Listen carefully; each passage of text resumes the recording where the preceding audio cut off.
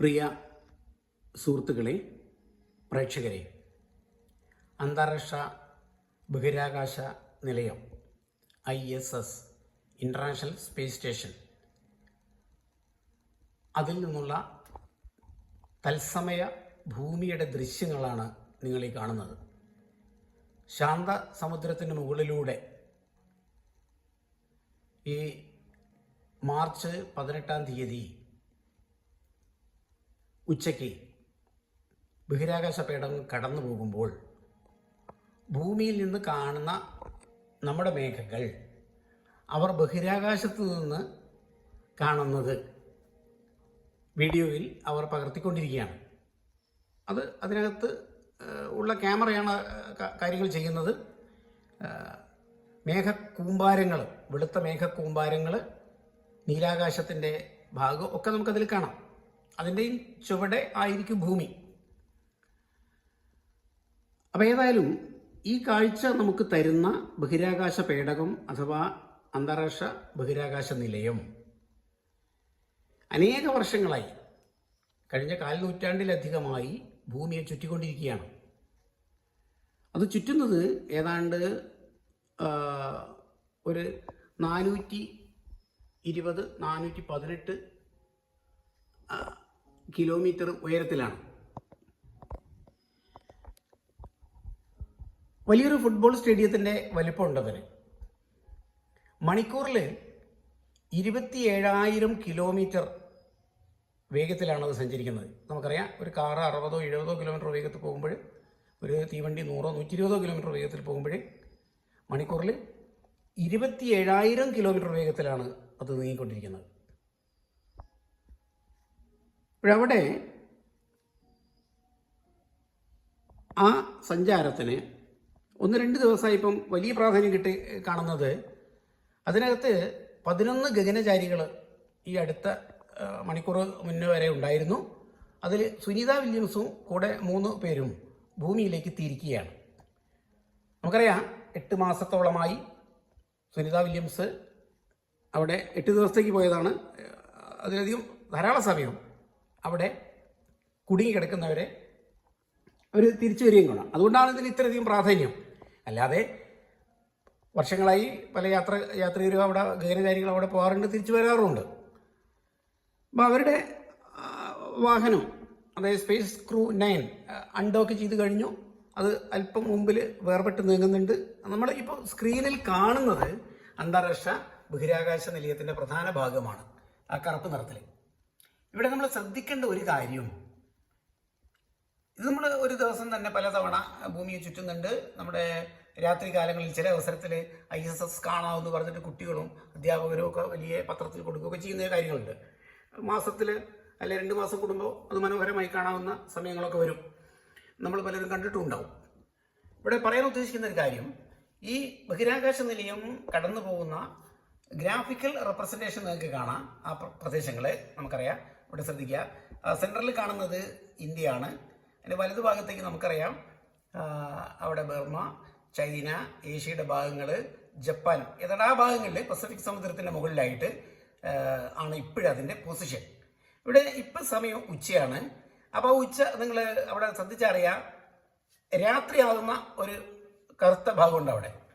അതെനിക്ക് തോന്നുന്നു ജപ്പാൻ്റെയും കിഴക്ക് ഭാഗത്ത് പസഫിക് ഓഷ്യനിലൊക്കെ രാത്രിയായി വരുന്നുണ്ട്. ഇപ്പോഴേ അവിടേക്ക് ഇരുട്ടാണ് കാണിച്ചിരിക്കുന്നത്. ബഹിരാകാശ നിലയം ഈ വെളിച്ചമുള്ള സ്ഥലത്തൂടെ, അതായത് പകൽ സമയത്തൂടെ പോകുമ്പോൾ കണ്ടോ, മേഘങ്ങളൊക്കെ വെളുത്ത് നിറത്തിൽ നമുക്ക് കാണാം. ഇത് വളരെ രസകരമായ ഒരു കാഴ്ചയാണ്. മേഘങ്ങളൊക്കെ വെളുത്ത നിറത്തിൽ കാണാം. ഇനി നമുക്കത് ഇരുട്ടിൽ പ്രവേശിക്കുമ്പോൾ എന്ത് സംഭവിക്കും നോക്കാം. കാരണം ഇത് ബഹിരാകാശ നിലയത്തിലുള്ള ക്യാമറ ഭൂമിയിലേക്ക് തിരിച്ചു വെച്ചതാണ്. അപ്പം അതിൻ്റെ തത്സമയ ദൃശ്യമാണ് നമ്മൾ കാണുന്നത്. മഴമേഘങ്ങളൊക്കെ ഇങ്ങനെ കടന്നു പോകുന്നത് കാണുന്നുണ്ട്. അത് കടന്നു പോകുകയല്ല, ബഹിരാകാശ വേഗം നീങ്ങുന്നതുകൊണ്ട് മേഘങ്ങൾ കടന്നു പോയിട്ട് നമുക്ക് തോന്നുകയാണ്. അല്ല, ഭൂമിയിൽ നിന്ന് കാണുന്ന മേഘങ്ങൾ നീങ്ങുന്ന ആ നീക്കമല്ല നമ്മളവിടെ കാണുന്നത്. അതൊന്നും അവിടെ കാണില്ല, അത്രയും അകലെയായതുകൊണ്ട്. എന്നാൽ പേടകത്തിൻ്റെ അതിശീഘ്രമായ വേഗതയായതുകൊണ്ട് ആ മേഘങ്ങൾ ചലിക്കുന്നതായിട്ട് നമുക്ക് കാണുകയാണ്. അപ്പോൾ പകൽ സമയമാണ് ഇത് ഇന്ത്യയിൽ. ജപ്പാനിലെ ആ കിഴക്കൻ തീരം വരെ ഡേ ടൈം ആയിരിക്കും. ഇനി അത് ഇരുട്ടിലേക്ക് നീങ്ങും. അതായത് 1.5 മണിക്കൂർ, ശരാശരി ഏതാണ്ട് ഒരു 1.5 മണിക്കൂർ കൊണ്ട് ഈ പേടകം ഭൂമി ഒന്ന് ചുറ്റും. അപ്പം 10-15 തവണ ഭൂമിയുടെ ഉദയാസ്തമയങ്ങൾ ഇത് കണ്ടുപോകും. ഇപ്പോൾ ഇവിടെ അവിടെ മിക്കവാറും നമുക്ക് അറിയാം ഒരു അസ്തമയത്തിൻ്റെ സമയമായിരിക്കുമല്ലോ. കാരണം ഇപ്പോഴിവിടെ പകലാകുന്ന അവസരത്തിൽ ജപ്പാന്റെ കിഴക്കൻ ഭാഗങ്ങളിൽ സൂര്യൻ അസ്തമിക്കാനുള്ള തയ്യാറെടുപ്പിലായിരിക്കും. അപ്പോൾ ഇപ്പോഴും മഴക്കാറിനൊക്കെ നല്ല നീല കലർന്ന നിറമാണ്. എങ്കിലും നമുക്ക് ഒരു സന്ധ്യയുടെ പ്രകാശം, ഒരു മങ്ങൽ അവിടെ ശ്രദ്ധിക്കാം. ഇനി ആ മങ്ങൽ പൂർണ്ണമായി ഇരുട്ടിലേക്ക് അവിടെ സന്ധ്യയായിരിക്കുന്നുള്ള അർത്ഥം. അത് ബഹിരാകാശത്ത് അത് സൂര്യനിൽ നിന്നുള്ള ആ പാനലിന് പ്രകാശം അത് നമുക്ക് കിട്ടുന്നില്ല, ആ ഇരുട്ടിലേക്ക് മാറുകയാണ്. ഇതിനു വേണ്ടിയിട്ടാണ് പ്രധാനമായിട്ടും സുനിത വില്യംസ് ഇന്ന് നാളെ പുലർച്ചെ ഭൂമിയിലെത്തും. ആ വാഹനം ഇരുട്ടിലേക്ക് പ്രവേശിക്കുന്ന രംഗമാണ്. ഇതെല്ലാ ദിവസവും സംഭവിക്കുന്നതാണ്. പക്ഷെ അത് മുന്നിൽ നാസയുടെ തത്സമയ സംപ്രേഷണം ഉള്ളതുകൊണ്ട് എൻ്റെ ടി വിയിൽ നിന്ന് ഞാൻ നേരിട്ട് എടുക്കുകയാണിത്. ഇപ്പോൾ മഴ മേഘങ്ങളൊക്കെ ആ മേഘങ്ങളൊക്കെ ഇരുട്ടിലേക്ക് വന്നു. പസഫിക് മഹാസമുദ്രത്തിലെ വെള്ളിമേഘങ്ങൾ, അതിന് മുകളിലുള്ള വെള്ളിമേഘങ്ങൾ രാത്രിയുടെ ഇരുട്ടിലേക്ക് വഴുതി മാറുന്ന ഒരു രസകരമായ കാഴ്ചയാണ്. നാസയുടെ സൈറ്റുകളിൽ ആരും കാണാവുന്നതേ ഉള്ളൂ. പക്ഷേ ചെറിയൊരു വിശദീകരണം ചിലപ്പോൾ ആവശ്യമായി വരും എന്നുള്ളത് കൊണ്ടാണ് ഞാനിത് ചെയ്ത് അവിടെ ഇരുട്ടായി കഴിഞ്ഞു. ഭൂമിയെ ചുറ്റുന്ന പേടകത്തിൽ അവിടെ ഇരുട്ടായി കഴിഞ്ഞു. ഇപ്പോൾ സന്ധ്യ കഴിഞ്ഞു.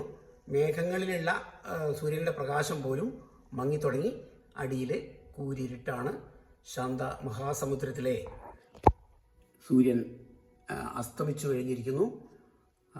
താഴെ ഇരുട്ടിൻ്റെ മഹാഗർത്തം, അതായത് ശാന്തസമുദ്രത്തിൻ്റെ ശാന്തമഹാസാഗരത്തിൻ്റെ മുകളിലാണ് ഇപ്പോൾ ബഹിരാകാശ പേടകമുള്ളത്.